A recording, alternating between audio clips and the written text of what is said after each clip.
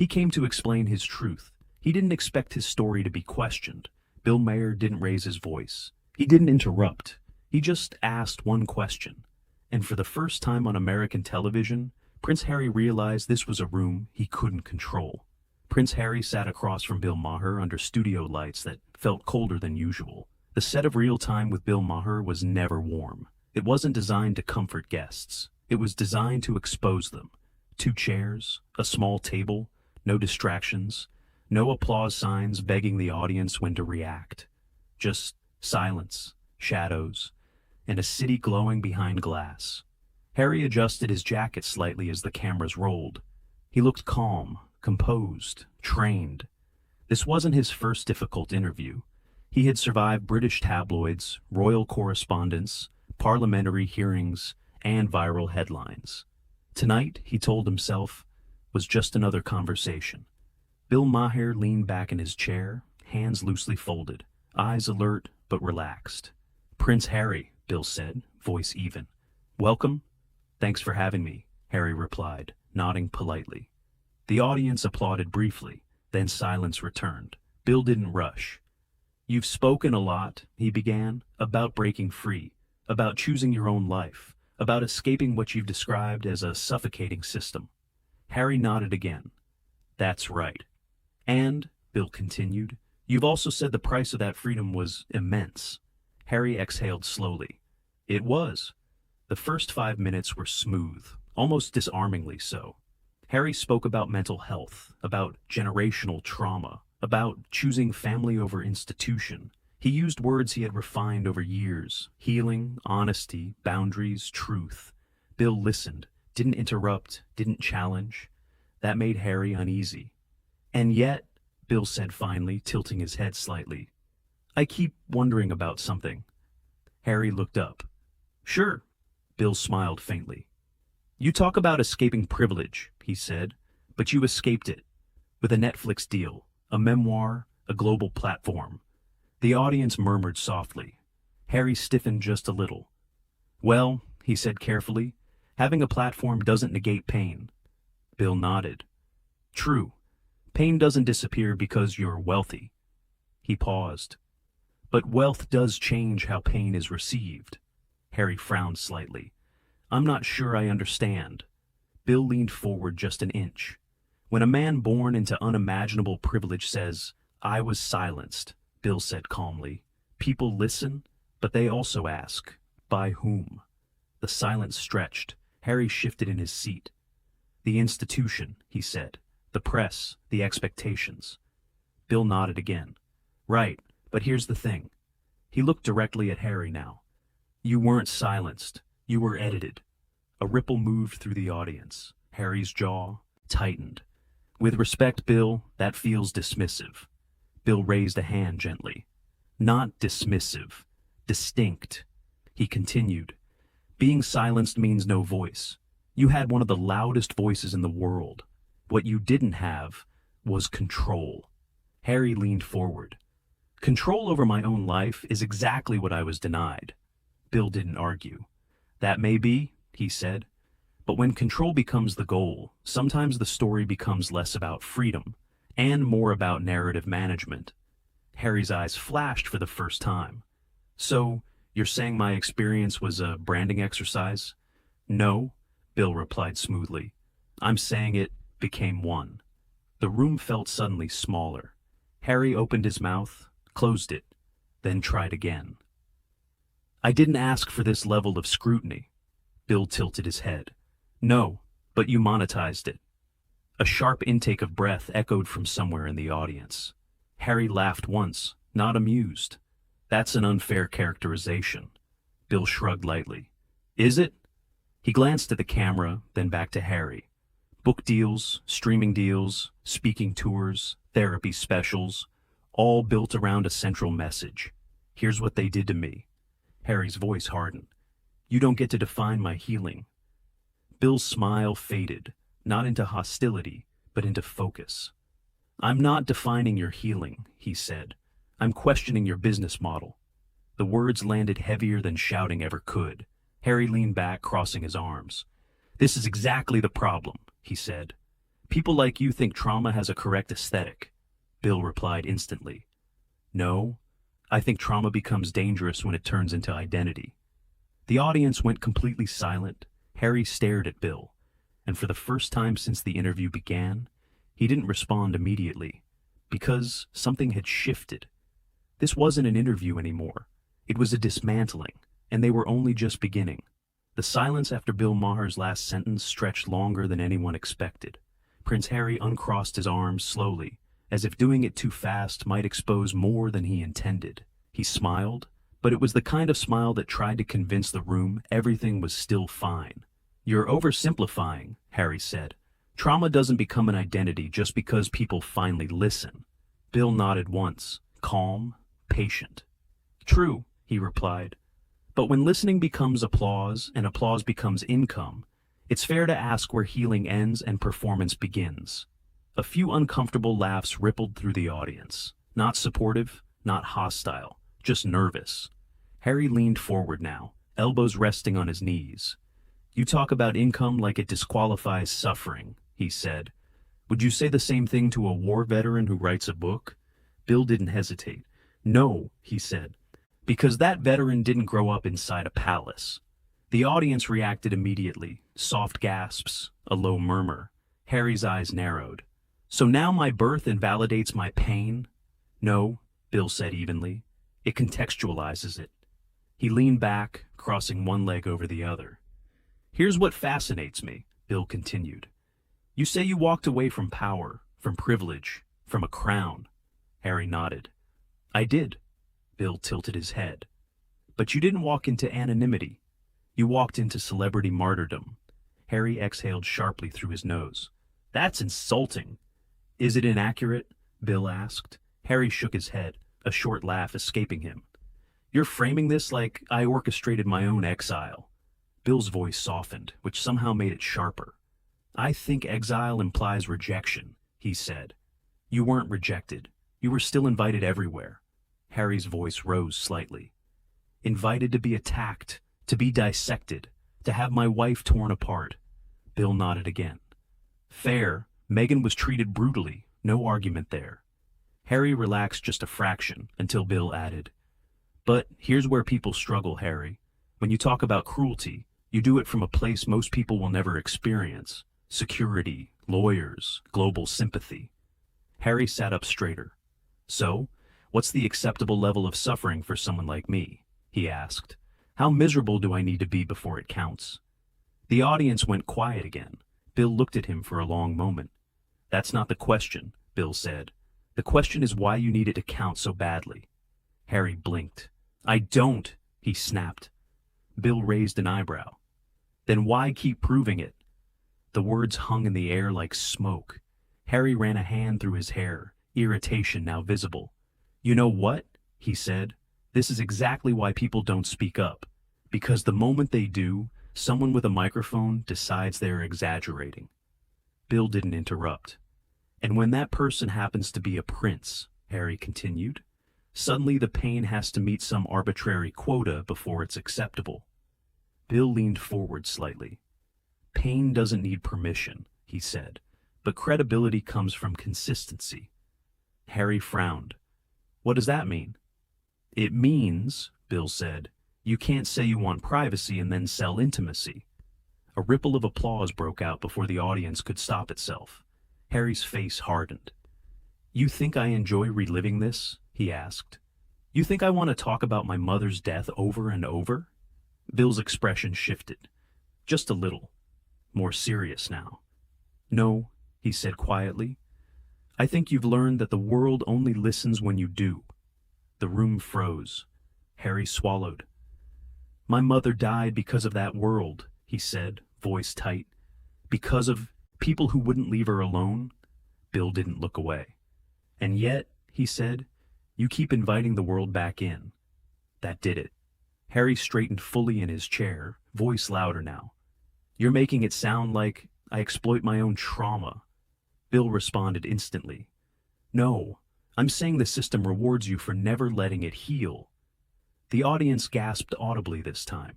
Harry stared at Bill, disbelief etched across his face. That's a disgusting thing to say. Bill didn't flinch. It's an uncomfortable thing to hear, he corrected. There's a difference. Harry shook his head slowly. You sit there, he said, protected by cynicism, and judge people who actually try to change things. Bill smiled faintly. Cynicism is just optimism with experience. A few laughs slipped out. Harry didn't laugh. You think this is funny? Harry asked. No, Bill said. I think it's tragic. Harry scoffed. Of course you do. Bill continued, voice calm but firm. You want the world to see you as a man who escaped a toxic institution, but you still speak like someone who wants its validation. Harry leaned forward aggressively now. You have no idea what I want. Bill met his gaze. I think you want absolution. The word hit hard. Harry opened his mouth, then closed it. The audience could feel it, that subtle shift where anger begins to override strategy. Bill glanced briefly at the audience, then back at Harry. And absolution, he added, is something you don't get from interviews. Harry's breathing quickened slightly. So what? He said. I should just shut up, fade away, let the narrative be written without me? Bill shook his head. No, he said. You should decide whether you're telling your story or fighting one. The studio lights seemed harsher now. Harry leaned back, crossing his arms again. Defensive, closed. For the first time, he looked less like a guest and more like a cornered man. The host's voice cut in softly from off-camera, announcing a short break. As the camera pulled back, Bill remained still, composed. Harry stared at the floor, and somewhere in the silence between them, it became clear. This wasn't about royalty anymore. It was about identity. When the cameras came back from the break, something had changed. Prince Harry was still in his chair, but the posture was different now. His shoulders were stiff, his jaw set tighter. The defensiveness was no longer subtle. It sat openly between him and Bill Maher like a third presence. Bill noticed it immediately. He didn't rush. He waited. Before the break, Bill said calmly, we were talking about identity. Harry nodded once, short, sharp. You said you don't want validation, Bill continued. You said you don't want absolution. Harry cut in. Because I don't. Bill raised a hand, gently. Let me finish. The audience went silent. Here's the question, Bill said, voice even. If tomorrow the cameras stopped, the books stopped selling, the interviews stopped, who would you be then? Harry froze. Not angry, not yet, just caught. I'd still be me, he said after a beat. Bill smiled faintly. Would you? Harry frowned. What's that supposed to mean? It means, Bill said, leaning forward slightly, that most people don't get to build their entire sense of self around opposition. Harry shook his head. You're saying my identity is built on conflict. I'm saying, Bill replied, it's built on resistance. Harry laughed, but it sounded brittle. And what's wrong with resisting injustice? Nothing, Bill said, unless the injustice becomes the only thing that gives you purpose. The audience murmured. Harry leaned forward, voice rising. You think I enjoy this? Being labeled, being attacked, being mocked? Bill nodded slowly. No, I think you've learned how to survive it. Harry paused. And survival, Bill added, can become addictive. That landed harder than anything before. Harry's eyes flashed. That's ridiculous. Is it? Bill asked. You left the monarchy to escape pain, but every chapter since has required reopening it. Harry clenched his hands together. You don't heal by pretending it didn't happen, he snapped. No, Bill agreed. You heal by not making it your headline forever. A sharp intake of breath rippled through the room. Harry's voice sharpened. So what's your solution? Silence? Bill shook his head. Perspective. Harry scoffed. Easy to say from where you sit. Bill didn't deny it. Yes, he said. It is. The honesty disarmed the room. That's exactly why people listen to you, Harry, Bill continued. Because you didn't come from nowhere. You came from everything. Harry stared at him. But when someone born into everything tells the world he's been robbed, Bill said, people start asking, robbed of what exactly? Harry's face reddened. My childhood, he said. My mother, my autonomy. Bill's voice softened again. Those are real losses, he said. Tragic ones. Harry relaxed, just a fraction. But, Bill added, they don't automatically make you a moral authority. The relaxation vanished. You don't get to decide that, Harry snapped. No, Bill said. The public does. Harry laughed again, louder this time. Oh, the public? He said sarcastically. The same public that feeds on tabloids and hate? Bill shrugged. The same public that buys your books. The audience gasped. Harry stood halfway up before catching himself. You keep framing this like I owe people something, he said, voice tense. Like I need their permission to speak. Bill leaned back. No, he said, but when you ask them to listen, you invite their judgment. Harry ran a hand through his hair. This is exactly the problem, he said. People like you. Careful, Bill interrupted gently. Harry paused, then continued anyway. People like you, he said, use intellect to dismiss lived experience. Bill smiled thinly. And people like you use lived experience to avoid scrutiny. The audience went completely still. Harry's breathing was visibly heavier now. You're twisting everything, he said. Bill tilted his head. Then untwist it. Harry hesitated. I wanted freedom, he said finally. I wanted a life where I wasn't defined by an institution that never cared about me. Bill nodded. And yet, everything you say still begins there. Harry's voice cracked slightly. Because it never lets go. Bill didn't miss the opening. Or because you don't, he said. The words hit like a punch to the chest. Harry stood up this time, not fully storming, not yet, but standing. You're crossing a line, he said quietly. Bill remained seated. I think, he replied, that line was crossed a long time ago. The host's voice broke in nervously. Let's all take a breath. Harry ignored it. You're turning this into entertainment, Harry said. My life, my pain. Bill looked up at him. No, he said calmly. You already did. I'm just asking why. The silence was unbearable. Harry stared down at Bill, chest rising and falling. For the first time, the audience saw it clearly. This wasn't anger anymore. It was exposure. Bill spoke one last time before the break. Harry, he said softly, if your story ends the moment you stop telling it, was it ever about healing at all? Harry didn't answer. He turned away from the chair. The cameras cut. When the cameras came back on, no one spoke for the first 3 seconds.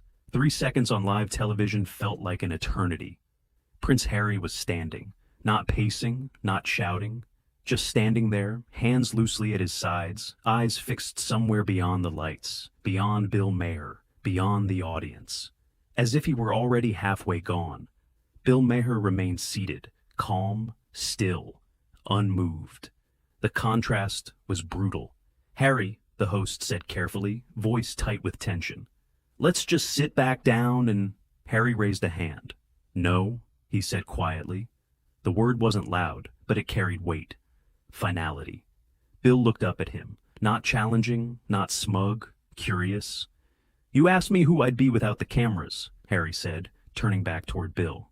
His voice trembled, not with fear, but with fury held on a leash. You asked me who I am if the story ends. Bill nodded once. I did. Harry swallowed. What you don't understand, he continued, is that this story doesn't end, because people like you won't let it. Bill leaned forward slightly. Or, he said evenly, because you won't. That was it. Something inside Harry snapped, not explosively, not theatrically, but decisively. You sit there, Harry said, voice rising now. Behind irony and intellect, pretending you're above it all, like you've cracked the code of human suffering. Bill didn't interrupt. You reduce everything to narratives, Harry went on. Victim, hero, villain. As if real lives fit into your neat little frameworks. Bill finally spoke. Frameworks are how we understand patterns. Harry laughed sharply. No, frameworks are how you avoid responsibility. The audience shifted uncomfortably. You want to know why I keep talking? Harry said, pointing at the floor between them. Because silence is what protected them. Silence is what killed my mother. A gasp rippled through the room. Bill's expression changed, not defensive, not angry, but serious in a way that cut deeper. "Don't do that," Bill said quietly. "Do what?" Harry snapped. "Turn her into a shield," Bill replied. "She deserves better than that." The words landed like ice water. Harry's eyes widened. "How dare you?" he whispered. Bill held his gaze. "How dare you?" he said calmly. "Use her memory to shut down any question that makes you uncomfortable." The studio felt like it was holding its breath. "You don't get to decide how I grieve," Harry said, his voice shaking now. "No," Bill answered, "but I get to ask when grief becomes a brand." That sentence detonated the room. Harry took a step back, as if struck. The host stood halfway out of his chair. Okay, we're stopping this." But Harry wasn't listening anymore. "You want honesty?" Harry said, voice breaking into rawness. "Fine, I'm angry, I'm tired, and yes, maybe I don't know who I am without all of this." Bill didn't gloat. He didn't smile. He simply nodded. "That," he said softly, "is the first real thing you've said tonight." The audience fell silent. Harry stared at him, breathing hard. And then something changed. The anger drained, not replaced by peace, but by clarity. "You know what?" Harry said slowly. "I didn't come here to be dissected." Bill replied gently, "No one ever does." Harry turned toward the host, then toward the audience. "This," he said, gesturing around the studio, "is exactly why I left. This obsession. This hunger to tear people down under the guise of truth." Bill stood up now, not to confront, but to meet him eye to eye. "Truth isn't tearing someone down," Bill said. "It's refusing to lie to them." Harry shook his head. "You can keep your truth," he said. "I don't need it." Bill nodded once. "That's clear." Harry picked up the microphone from his lap, held it for a moment, then set it carefully on the chair. That quiet gesture was louder than any scream. "I'm done," Harry said. He turned and walked. The camera followed him halfway to the edge of the set before the director cut wide. Too late to hide it, too late to save the moment. The sound of his shoes echoed unnaturally loud. The door closed. The studio remained frozen. No applause, no boos, just stunned silence. The host exhaled shakily. "Well," he said, forcing a breath, "that was unexpected." Bill Maher sat back down slowly. He didn't look victorious. He looked thoughtful. "Sometimes," Bill said quietly, "the hardest conversations are the ones we walk away from." The audience didn't clap immediately. When they finally did, it was hesitant, uneasy. Backstage, producers scrambled. Headlines were already writing themselves. "Prince Harry walks off live." "TV after explosive exchange." "Royal rebel storms." Out after Bill Maher's brutal question. Was this courage or collapse? Bill stared down at the desk for a moment, then looked into the camera. "For the record," he said, "I didn't want him to leave."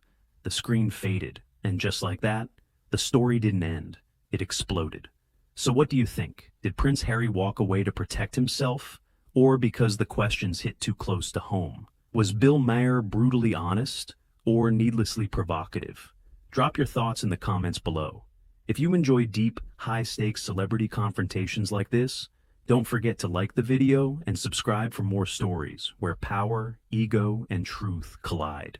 Because sometimes the most revealing moments happen when someone decides they've had enough and walk